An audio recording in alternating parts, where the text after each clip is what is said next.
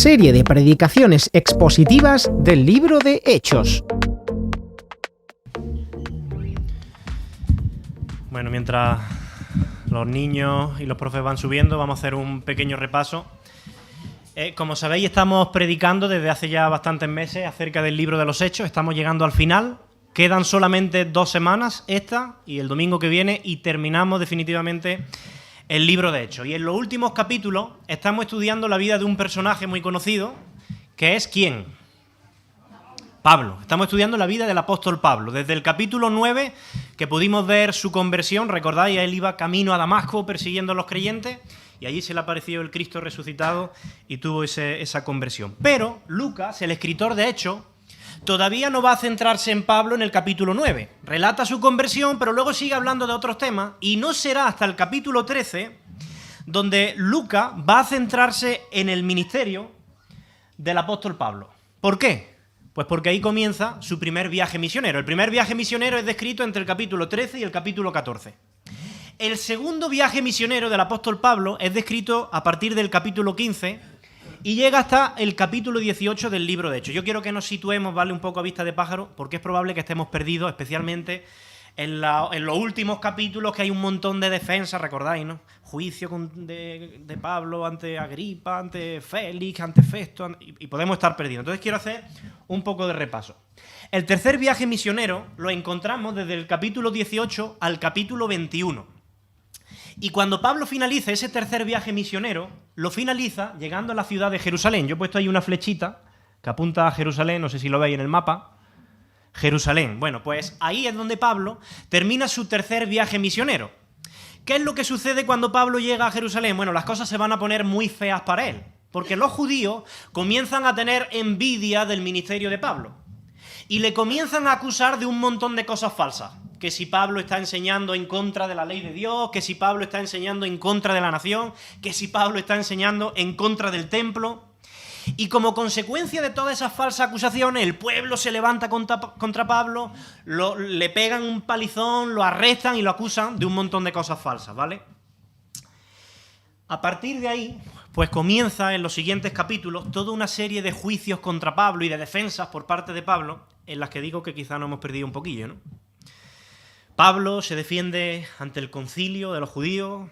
Pablo se defiende ante el gobernador Félix, ya un poquito más arriba. Si veis, encima de Jerusalén está Cesarea, pues en Cesarea se defiende ante Félix. Pablo se defiende después ante el rey Agripa. Y finalmente, Pablo va a ser enviado a Roma, para que el mismísimo emperador César lo juzgue, ¿vale? Los gobernadores que se han entrevistado con Pablo saben que Pablo es inocente. Ellos han visto las acusaciones que le hacen, la defensa de Pablo, y saben que Pablo no ha hecho ningún mal. Pero no se atreven a soltarle, a dejarle libre. ¿Por qué? Por 2 razones. En primer lugar, por miedo a los judíos. Claro, miles de judíos querían matar a Pablo y ellos, pues como buenos políticos, pues se querían congraciar con la gente, caerles bien a todo el mundo y dirán, pues bueno, mejor lo dejamos ahí donde está arrestado y ya está, ¿no? Pero el segundo motivo por el que no le querían dejar libre es porque Pablo, en su última defensa ante el rey Agripa, había apelado ¿a quién?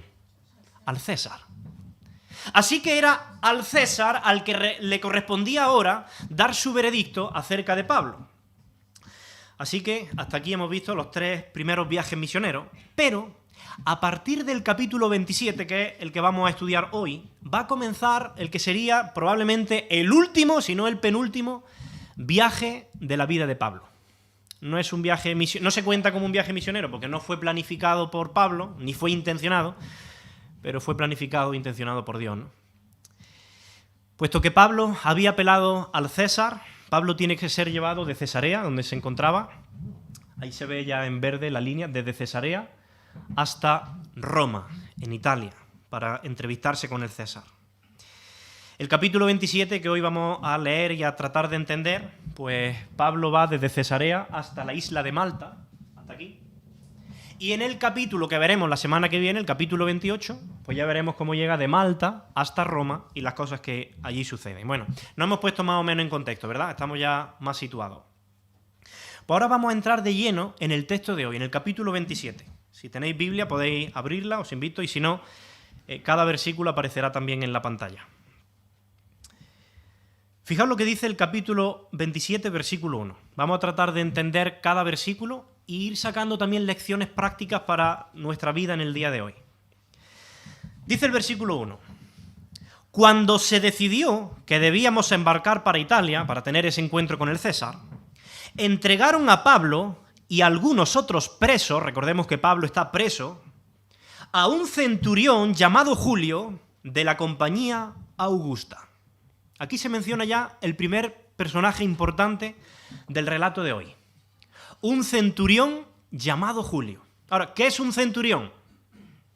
Mirad, en la época romana, los soldados que destacaban por sus habilidades físicas, por sus destrezas, por sus capacidades de liderazgo, por su valentía, y que además habían demostrado un gran compromiso con el emperador en el campo de batalla y habían hecho mérito, a esos se les ascendía y se les daba el título de centuriones, centurión romano.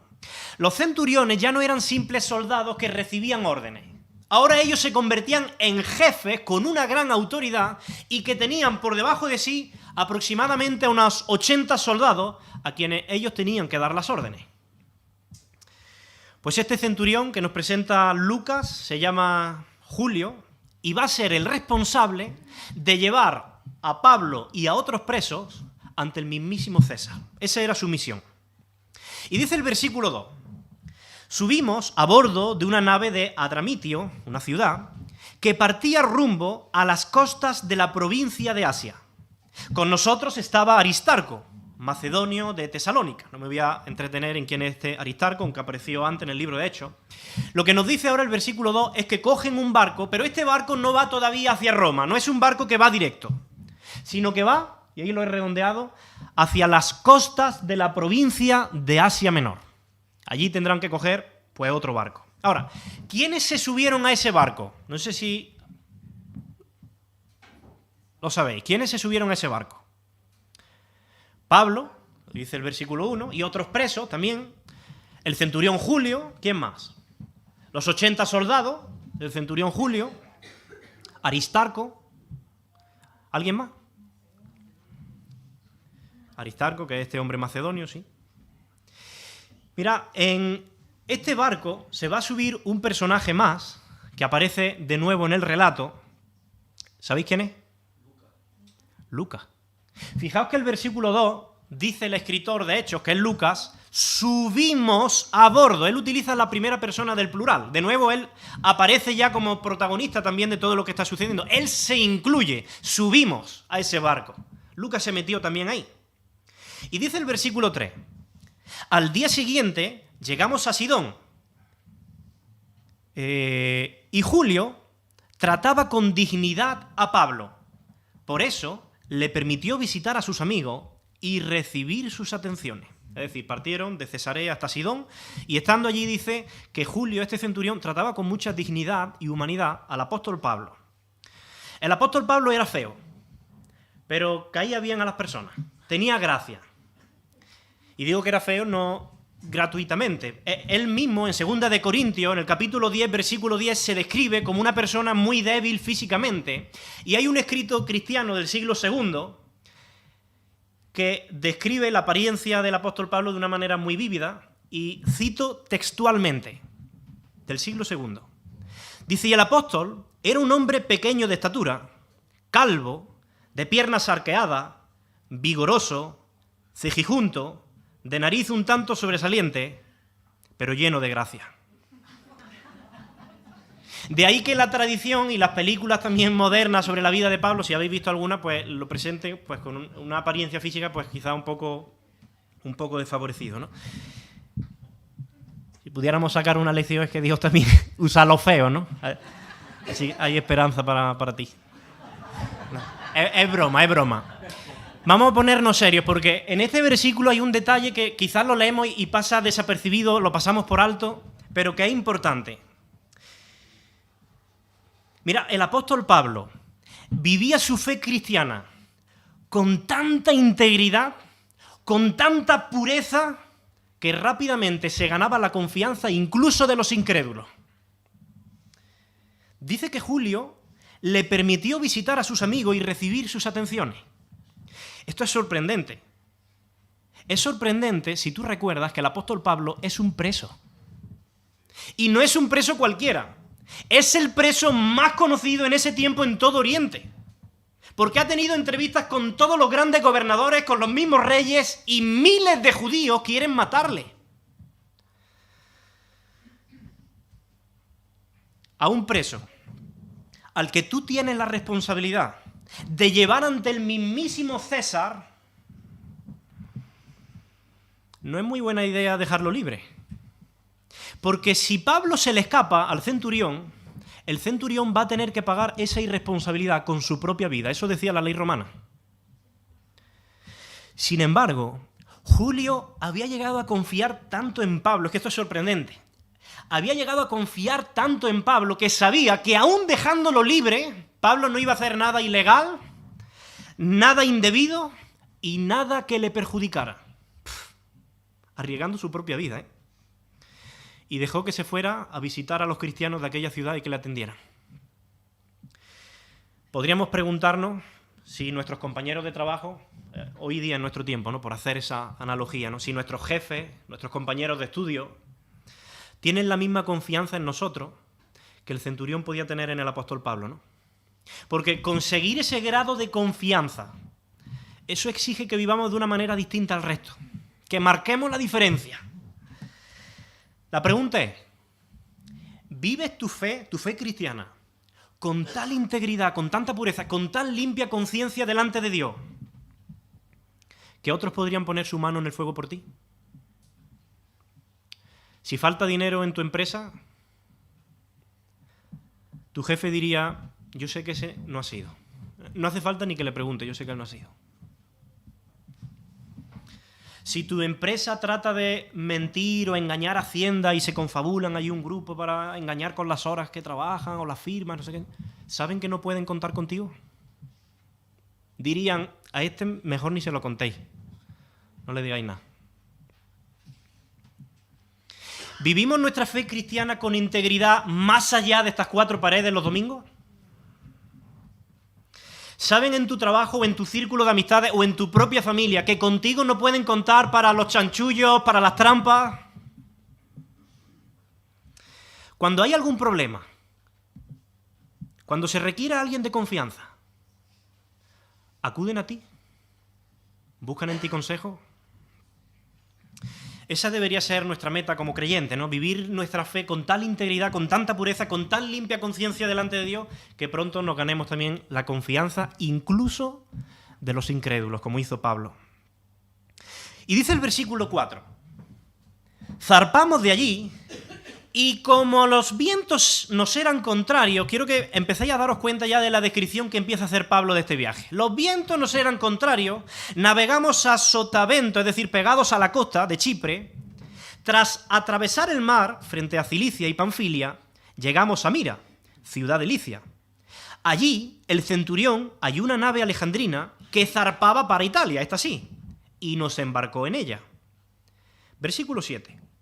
Tras muchos días de lenta navegación, fijaos de nuevo, llegamos a duras penas frente a Nigdo, pero como el viento nos complicaba la travesía, navegamos de nuevo a sotavento, es decir, pegados a la costa de Creta, frente a Salmón.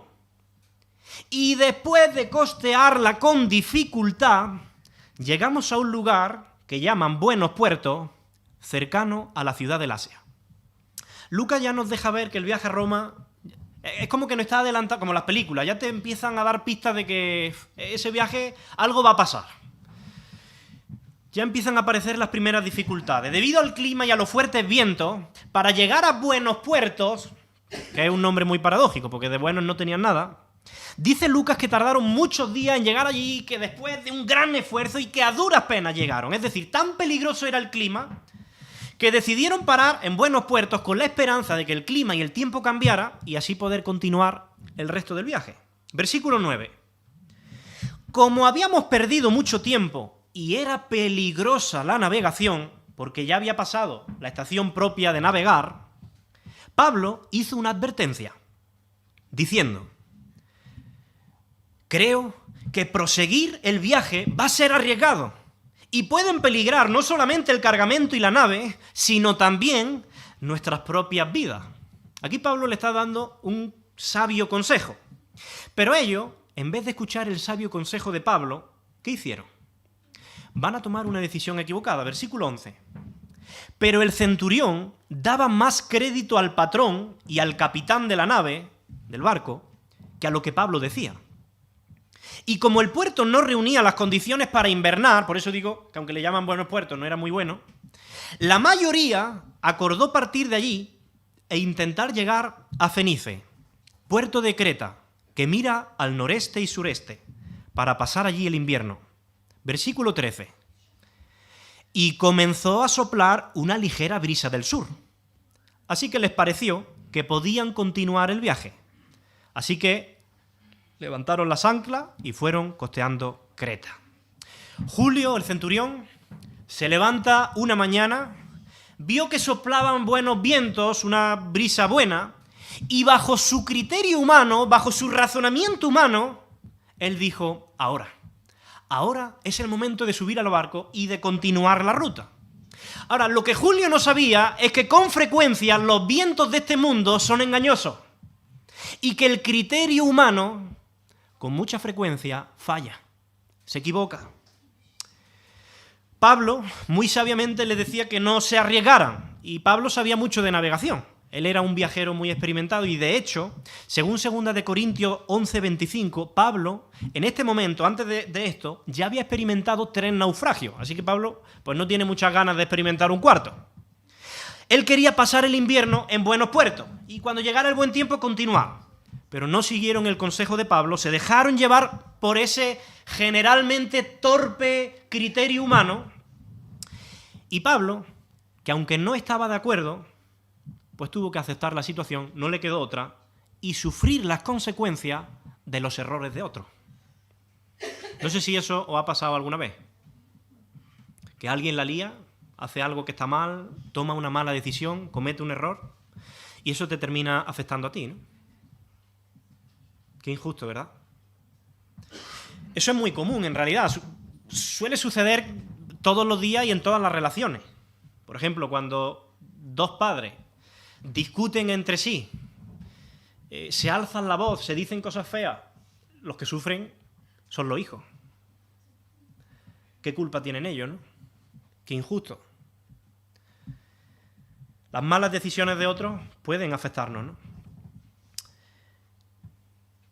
Fijaos lo que dice el versículo 14. ¿Cuáles fueron las consecuencias de la mala decisión de ellos para la vida de Pablo? Pero poco tiempo después, cuando ya habían salido, se levantó un viento huracanado llamado Euroclidón, que azotó la nave, la cual no pudo hacer frente al temporal, por lo que se vio arrastrada a la deriva. El desastre que Pablo había predicho ya está comenzando, ya está sucediendo. Un viento huracanado está golpeando la nave y los marineros conocían muy bien ese viento. De hecho, le solían llamar Euroclidón, que significa vientos del norte y vientos del este. Era el mayor enemigo que tenían los marineros en ese mar Mediterráneo, en esa zona del mar Mediterráneo. Ahora, por no leer todos los versículos, lo que sucedió es que los marineros pues perdieron por completo el control de la barca y tuvieron que abandonarse al clima y a donde el viento les llevara. Las olas eran tan grandes y golpeaban con tanta fuerza que la embarcación, dice el texto, casi pierde su esquife. El esquife era como un pequeño bote salvavidas que llevaban los barcos grandes. Todo se estaba inundando de agua y comenzaban a peligrar sus propias vidas. Fijaos lo que dice Lucas en el versículo 18. Dice, al día siguiente, como arreciaba el temporal, empezaron a deshacerse de la carga. Y al tercer día, con nuestras propias manos, arrojamos los aparejos de la nave. Es muy interesante el uso que Lucas, el escritor, hace de la tercera persona del plural. Dice, con nuestras propias manos arrojamos los aparejos. Tan delicada, tan crítica era la situación, que allí ya no solamente trabajaban los marineros experimentados, allí estaban todos intentando de alguna manera que la nave se estuviera equilibrada, que no se hundiera. Hasta el mismo Lucas, nuestro médico, historiador y evangelista, está allí con sus propias manos, desesperado, arrojando cosas del barco, ¿no? Pero todos los esfuerzos humanos que ellos hacían eran en vano. Y a mí me gustaría que tú desde ahí, desde tu silla, es difícil, ¿no?, pero que sintieras un poco de la desesperación y de la angustia que ellos debían estar sintiendo. Dice el versículo 20, y durante muchos días no pudieron verse el sol ni las estrellas. Y la fuerte tempestad nos seguía azotando. Así que ya habíamos perdido toda esperanza de salvarnos, dice Lucas. Y ante la inminente realidad de una terrible muerte por ahogamiento, fijaos lo que dice el versículo 21. Entonces Pablo, como hacía ya mucho que no comíamos, hay que entender por qué no comían, probablemente por el mismo mareo de la situación, por la dificultad también para preparar comida en esas condiciones, por el nudo que tendrían en el estómago, de la ansiedad, de la misma incertidumbre, porque muchas provisiones se habrían echado a perder por las olas. Pero Pablo se pone en pie, dice, y dijo a todos: ciertamente habría sido conveniente haberme hecho caso y no zarpar de Creta, si hubieran evitado este daño y esta pérdida. Pablo está diciendo de una manera más amable: os lo dije, ya es que os lo dije. Pero Pablo no solamente los reprende por no haberle hecho caso, también los anima. Y creo que debemos aprender mucho del apóstol Pablo en este sentido, porque es muy fácil ver las malas decisiones que toman otros. Es muy fácil señalar el error de los demás, dónde se han equivocado, reconocerlo y decir: te lo dije, si me hubierais hecho caso. Y nos quedamos ahí, en la reprensión, en la condena, en el desánimo.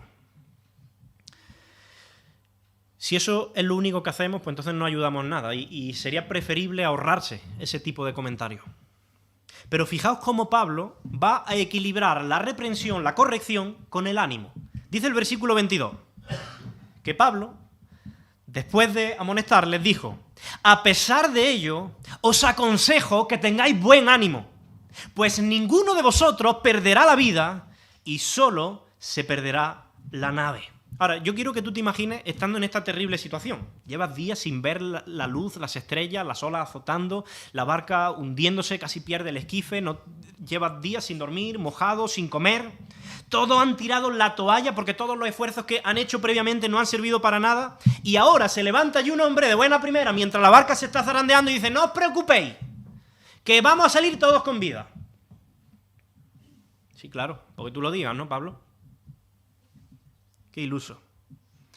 Está bien que tenga ilusiones, Pablo, y que quiera darnos consuelo, pero aquí, en esta situación, no hay ni un ápice de esperanza. Lucas mismo, como creyente, dice: habíamos perdido toda esperanza de salvarnos. Toda. Pero Pablo va a decirles que ellos se van a salvar no porque ese sea su deseo, no porque esa sea una ilusión que él tiene, sino porque Dios mismo se lo ha revelado. Versículo 23 dice: y lo sé porque esta noche ha estado conmigo el ángel de Dios, de quien soy y a quien sirvo. Y me ha dicho: Pablo, ¿qué? No temas, no temas. Es necesario que comparezcas ante César. Además, Dios te ha concedido que todos los que navegan contigo salgan ilesos. Dios tenía un propósito para la vida de Pablo. Y lo que el texto nos enseña es que no hay tormenta, por grande que sea, que detenga los propósitos de Dios. Y eso es igualmente cierto para tu vida y para mi vida. A veces pueden venir vientos huracanados a nuestra vida, a nuestro matrimonio, a nuestra familia, a nuestro trabajo.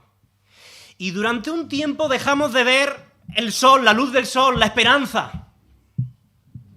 Y en esos momentos es muy difícil escuchar a Dios, porque estamos angustiados, las olas golpean nuestra vida. Pero si nosotros somos capaces de escuchar a Dios, ¿sabéis lo que vamos a escuchar? No temas. Lo mismo que Pablo escuchó.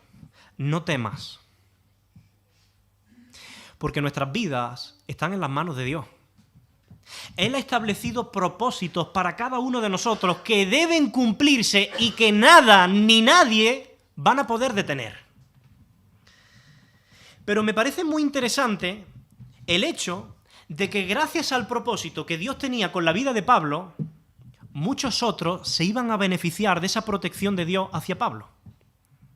Todos los que estaban en el barco con Pablo se iban a salvar. Yo creo que los incrédulos no tienen ni idea de cuánto bien les hace y de cuánto se benefician tener a hombres y mujeres que viven su fe con integridad y que están bajo la sombra del Omnipotente. Y Pablo sigue diciendo, por tanto, amigo, ¡ánimo! Pues confío en Dios y sé que ocurrirá tal como me ha dicho. Sin duda llegaremos a alguna isla. Pablo no sabe a qué isla, pero sabe que llegarán. Mira, esta historia nos invita a reflexionar en algunos aspectos de la providencia de Dios. Y quiero que reflexionemos un poco en esto, en la providencia de Dios. Y lo primero que el texto nos enseña, lo primero que aprendemos es que incluso, escucha esto, incluso los errores de los demás están dentro de la providencia de Dios para tu vida. Incluso los errores de los demás están dentro de la providencia de Dios para tu vida. Esto es tremendo si tú lo piensas. Pablo había dicho, en este barco no hay que subirse. Pero se vio obligado a subirse. Y subió. Y sabía lo que iba a pasar. ¿Qué seguridades tenía Pablo en ese barco? ¿Te irá todo bien en la vida? Cuando te subes al barco no hay seguridades. Hay una seguridad, solo una. Y es que Dios le dijo, a Roma llega. Es decir, el propósito de Dios para tu vida se va a cumplir sí o sí. Ahora, el cómo vas a llegar a Roma, eso ya es otra cosa, pero a Roma llega. Y a veces, iglesia, la voluntad de Dios para tu vida, para nuestra vida, es que pasemos por el ojo del huracán, como Pablo. A veces Dios permite que nosotros experimentemos situaciones que se escapan de nuestro control, a las que no le vemos salida, a las que no vemos la luz del sol durante días, donde parece que no hay ni un rayo de esperanza, y Dios lo permite. De hecho, la vida cristiana está llena de momentos como ese. La vida cristiana es una vida de incertidumbre. Yo no sé si aquí hay alguien que se ha acercado a Jesús buscando seguridades. Seguridad financiera, seguridad económica, prosperidad, salud, trabajo. Si tú te acercas a Jesús con esa motivación, te has equivocado de motivación con la que acercarte a Jesús. Porque lo que Jesús te ofrece es una seguridad, la seguridad de tu salvación eterna. Pero el camino hasta llegar allí está lleno de incertidumbre. ¿Sabes por qué? Porque son precisamente esas incertidumbres, esas tormentas, las que van a ir forjando tu carácter como cristiano y tu madurez. Son precisamente esos vientos huracanados que vienen a nuestras vidas los que nos recuerdan que no somos nada, que no hay poder en nosotros, que no somos tan fuertes ni tan sabios como pensábamos y que necesitamos urgentemente a Dios todos los días. Eso es lo que nos recuerda.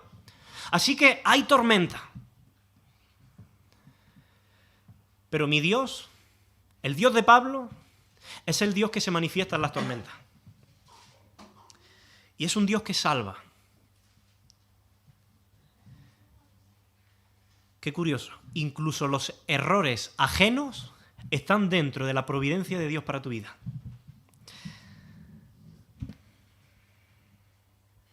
Gracias a esas malas decisiones que estos hombres tomaron y esos vientos huracanados, las casi 300 personas que iban en el barco, 276 se dirá después, el centurión, los soldados, los esclavos, los pasajeros, ¿no?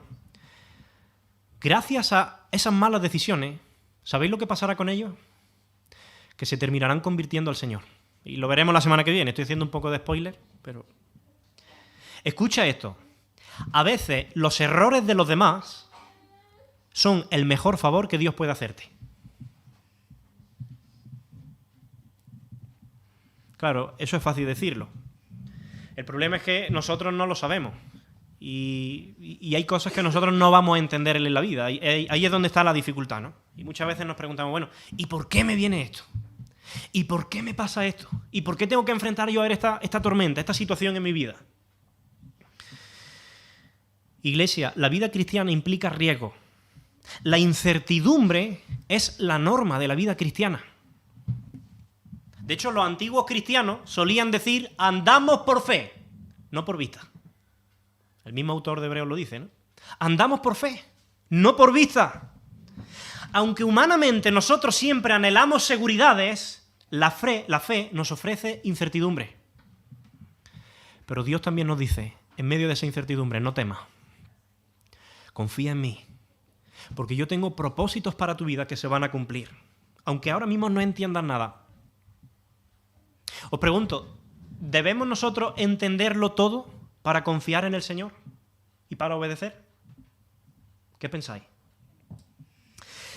El racionalismo ha llevado a muchas personas, incluso a muchos creyentes, a pensar que para obedecer, pues primero tenemos que entender. Si lo entiendo, pues entonces obedezco. Si no lo entiendo, pues entonces no obedezco. Eso es lo que el racionalismo nos ha llevado a pensar a muchos, ¿no? Pero el reino de los cielos funciona de una manera diferente. En el reino de los cielos, para tú entender, primero tienes que obedecer. Es al revés. Os pongo varios ejemplos. Cuando en mitad de una fuerte tormenta, mientras la barca era golpeada por las olas, Jesús se acerca por allí caminando, no sé si recordáis esta historia en los evangelios. Jesús le dice a Pedro, mientras caminaba por las aguas, Pedro, ven hacia mí. Pedro no dijo, espera, Jesús, vamos a ver. Yo tengo que, antes de salir y obedecer, yo tengo que entender lo que me estás diciendo, porque claro, a mí en el colegio me enseñaron que si mi cuerpo tiene más densidad que el agua, pues entonces yo me voy a hundir, y yo esto no lo entiendo. Vamos. No, Pedro no dijo eso. Pedro obedeció y después entendió. Si Pedro hubiera tratado de entender antes de obedecer, entonces nunca hubiera caminado sobre las aguas. Cuando Pedro obedeció, entendió que él había podido caminar sobre las aguas por su fe en Jesús y por el poder de Dios. Abraham, el padre de la fe, Génesis 12. Dios le dice a Abraham, sal de tu tierra, sal de tu parentela y vete a la tierra que yo te mostraré. Abraham no dijo, ¿pero qué tierra es esa? ¿Dónde me lleva? ¿Y está lejos o está cerca? ¿Cuánto vamos a tardar? Y allí habrá comida para todos mis ganados, porque mira que yo soy un hombre muy rico. Y hay mucho espacio allí para luego yo llevar a mi familia. ¿Cómo está aquello? ¿Es bonito? Él no trató de entender. Él obedeció. Y en el camino de la obediencia, él fue entendiendo que Dios tiene propósitos soberanos para nosotros y que son propósitos buenos. Primero obedece y luego entiende. Pablo, en esa barca, no tenía que entenderlo todo. Y yo no sé si tú ahora mismo estás atravesando alguna tormenta.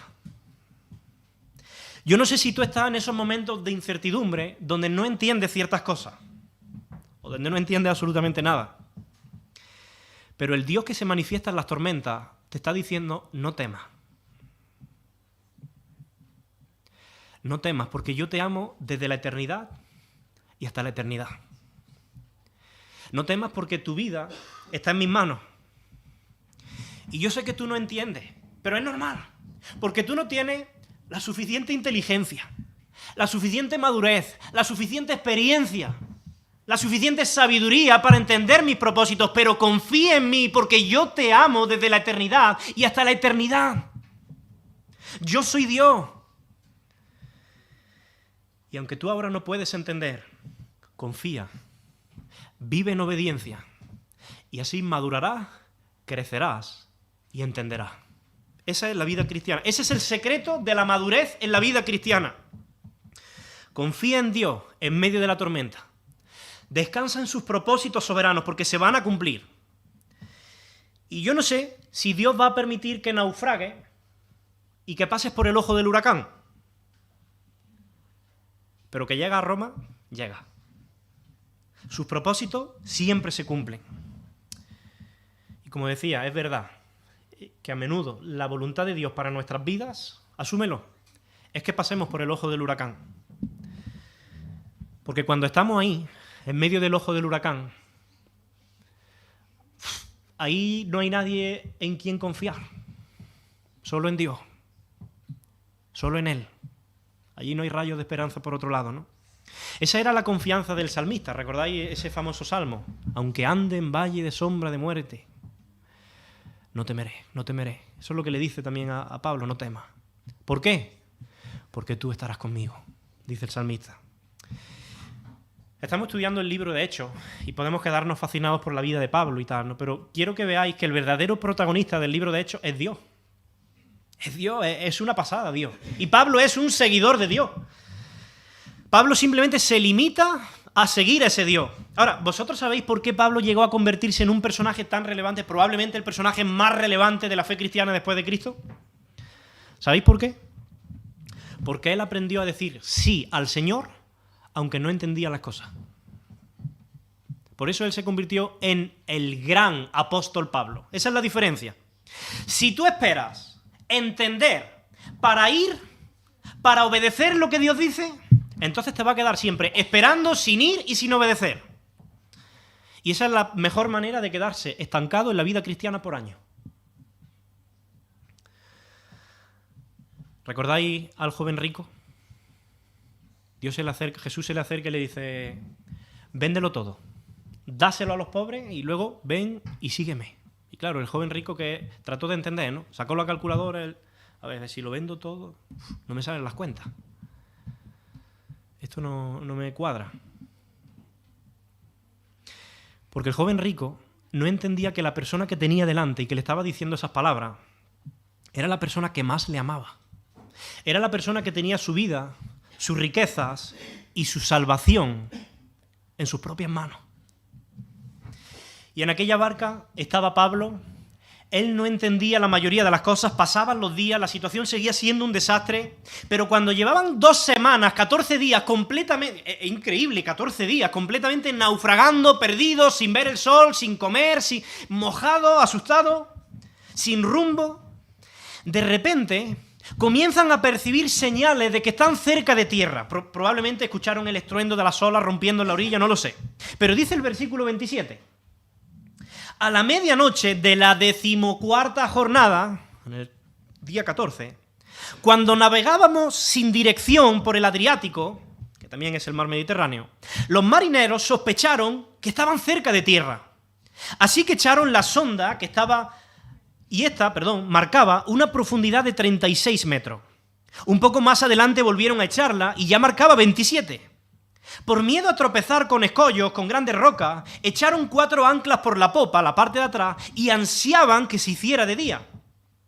Los marineros, fijaos lo que dice ahora, trataron de huir de la nave y aparentando que querían soltar las anclas de proa, echaron al mar el esquife. El esquife, dije antes, que era ese pequeño bote salvavidas que tenía espacio para unas pocas personas, ¿no? Estos marineros, cuando percibieron que había tierra cerca, pues dijeron, aquí dejamos el resto, nos vamos nosotros, no vaya a ser que el barco encalle aquí entre la roca y luego no se salve ninguno. O nos peleemos todos por el esquife. Y querían dejar a los demás abandonados a su suerte.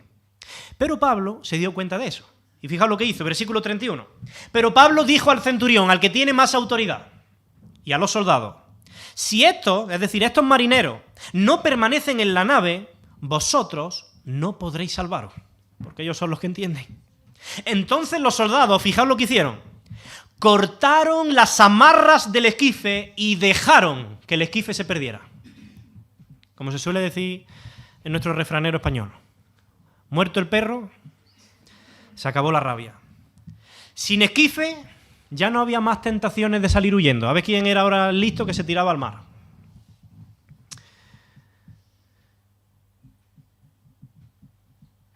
Ellos podían haber dejado el esquife allí. Ese bote salvavidas. De hecho, probablemente lo iban a necesitar después. Hubiera sido muy útil tenerlo. Quizá ellos podrían haber razonado humanamente y hubieran dicho, bueno, el esquife va a seguir aquí, pero que nadie se acerque a menos que el centurión dé la orden. Pero no. La mejor manera de eliminar cualquier tentación en tu vida es precisamente soltando, cortando de raíz las amarras que todavía te mantienen en contacto con aquello que puede ser una tentación para ti. Esto es una lección para nosotros, ¿eh? Si tú sabes que algo te hace mal, si tú sabes que algo te hace caer continuamente, ¿por qué lo permites? Suéltalo, corta las amarras, pégale el latigazo, deslígate por completo, elimínalo de tu vida. No confía en tu criterio humano. No razone y diga, bueno, aunque yo sé que esto es una tentación para mí, yo voy a ser fuerte y en el poder del Espíritu yo lo voy a vencer y no voy a caer más aunque tenga la tentación delante de mis ojos. Mentira. Huye de las pasiones juveniles, le dice Pablo a Timoteo. No le dice resiste, que eres fuerte, que tienes al Espíritu, no le dice eso. Le dice huye, suelta las amarras, córtalas de raíz. ¿Qué hizo José cuando la esposa de Potifar se acercó para tentarle? Salir corriendo, huir, soltar las amarras, cortarlas de raíz. Él no dijo, yo soy fuerte, yo no voy a caer en la tentación. No era fuerte, él era listo, por eso huyó. Cortó el problema de raíz y evitó cualquier tentación. Eso fue lo que hicieron estos hombres. Creo que eso puede darnos una lección también a nosotros, ¿no? En nuestra lucha contra el pecado. Versículo 33. Dice, comenzaba a amanecer, cuando Pablo animó a comer a todos. Y les dijo, este es el 14º día que esperáis y permanecéis en ayunas sin comer nada. Por tanto, os ruego que toméis alimento para que conservéis la salud, pues ni un cabello de la cabeza de ninguno de vosotros perecerá. Fijaos la confianza de Pablo después de 14 días sin ver un rayo de esperanza. Y dicho esto, él no solamente daba lecciones, predicaba con el ejemplo. Dicho esto, tomó el pan y dio gracias a Dios en presencia de todos, y lo partió y comenzó a comer. Y esa actitud levantó a los demás. Fijaos lo que dice el versículo 36. Dice, los demás, con buen ánimo, ya comieron también. Y los que estaban en la nave, éramos en total 276 personas. Una vez satisfechos, aligeraron, es decir, lleno ya, con el estómago lleno, aligeraron el barco echando el trigo al mar. Cuando se hizo de día, no reconocieron el lugar, pero vieron una ensenada, es decir, una bahía que tenía playa, y acordaron varar allí la nave, si ello fuera posible. Soltaron pues las anclas y las dejaron en el mar. Aflojaron también las amarras del timón. Alzaron al viento la vela delantera y se dirigieron hacia la playa. Y ahora sí, aparecen los primeros rayos de esperanza. Pero como en toda buena película, cuando parece que los rayos de luz y de esperanza se dejan ver de nuevo y todos están más animados, fijaos lo que sucede. Versículo 41. Pero llegaron a un punto donde se encontraban dos corrientes y la nave encalló. La proa quedó clavada e inmóvil, la parte delantera, en tanto que la popa era destrozada por los golpes del mar. El barco se queda atascado entre las rocas. Las olas golpean con una fiereza que está rompiendo un gran barco. Ellos saben que no pueden permanecer ni un minuto más en ese barco si quieren conservar sus vidas. Qué bien le hubiera venido el esquife ahora, ¿no? Pero por otro lado, los soldados y el centurión saben que si los presos se escapan, ¿qué decía la ley romana? Que ellos tenían que pagar con sus propias vidas. Así que dice el versículo 42. Entonces todos los soldados acordaron matar a los presos para que ninguno se fuera nadando. Pablo era un preso. Versículo 43. Mas el centurión, queriendo salvar a Pablo, les impidió llevar a cabo su propósito y mandó que los que supieran nadar saltasen los primeros al agua para llegar a tierra. Mirad, cuando leemos este versículo puede darnos la impresión de que fue el centurión Julio el que salvó la vida de Pablo. Y desde una perspectiva humana, eso fue lo que sucedió. Pero de una perspectiva más amplia, era Dios quien estaba cumpliendo su propósito de llevar a Pablo con vida hasta Roma. Mirad, nuestras vidas estarán siempre, siempre, en última instancia, en las manos de Dios. No en las manos de un centurión. No en las manos de soldados sedientos de sangre. No en las manos de una enfermedad. No en las manos de un medicamento. No en las manos de un tratamiento médico. Nuestras vidas dependen únicamente de Dios. Es verdad que Dios muchas veces se vale de personas y de recursos para llevar a cabo sus propósitos, pero nuestras vidas están en las manos de Dios, no en los medios que Él utiliza, ¿no? Y dice el último versículo, el 44, en cuanto a los demás, unos lo harían sobre tablones flotantes, es decir, el llegar a la orilla, y otros sobre restos de la nave, estaba ya tan destruida. De esta forma, todos se salvaron llegando a tierra. Las 276 personas que iban a bordo de ese barco llegaron sanas y salvas a la orilla. El barco se perdió, lo que llevaban se perdió, pero sus vidas se salvaron, tal y como Dios mismo les había prometido. Este texto nos demuestra, una vez más, que el poder de Dios y su providencia siempre triunfan, aún en medio de las más terribles tormentas. Mira, si tú eres creyente, es probable, a lo mejor, conoces a algún Julio. Esa persona, pues, que se equivoca, que toma decisiones incorrectas, que quizás también te terminan afectando a ti de alguna manera, ¿no?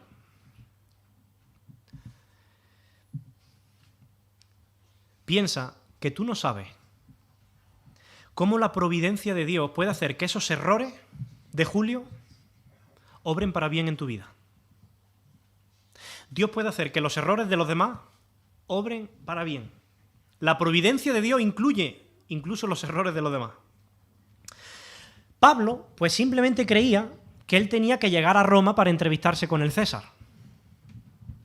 Pero Dios tenía planes y propósitos mucho mayores que los de Pablo. Dios había propuesto manifestar su gloria, su misericordia, su providencia, su poder a 276 personas que iban a bordo de ese barco.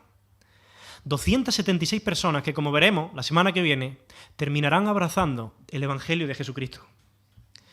Si esto no hubiera pasado, pues tampoco hubiera ocurrido lo que sucedió después. No hubieran conocido a su Salvador. Así que la providencia del Señor a veces opera de maneras misteriosas que nosotros no llegamos a entender.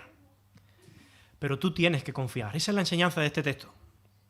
La pregunta es si tú estás dispuesto a decirle sí al Señor, aunque no entienda. Esa es la invitación que Dios te está haciendo hoy. A mí me gusta pensar que en algún sentido la iglesia de Torre del Campo es como ese barco. Y en ese barco pues cabemos todo tipo de personas. Hay centuriones, hay soldados, hay presos, pasajeros. A veces algunos tomamos decisiones equivocadas que terminan afectando a otros. A veces podemos incluso llegar a querer matarnos, metafóricamente hablando, espero, ¿no? Pero esa es la iglesia. Eso es la iglesia. Somos personas distintas, pensamos de manera distinta. ¿Y qué nos espera como iglesia en este barco? Nos esperan tempestades. Nos esperan días de inseguridades, días en los que quizás no vamos a entender nada.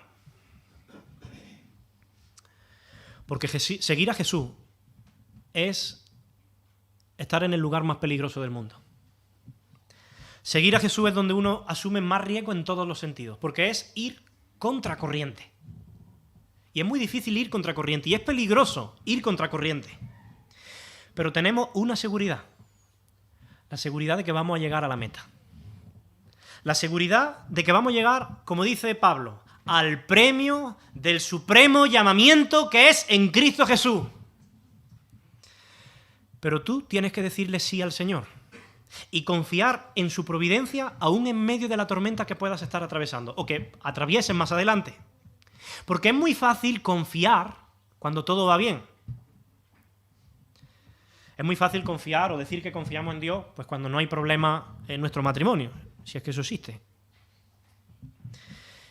Es muy fácil confiar cuando te va bien y tienes un trabajo fijo y tienes un buen sueldo, o cuando tus seres queridos tienen buena salud.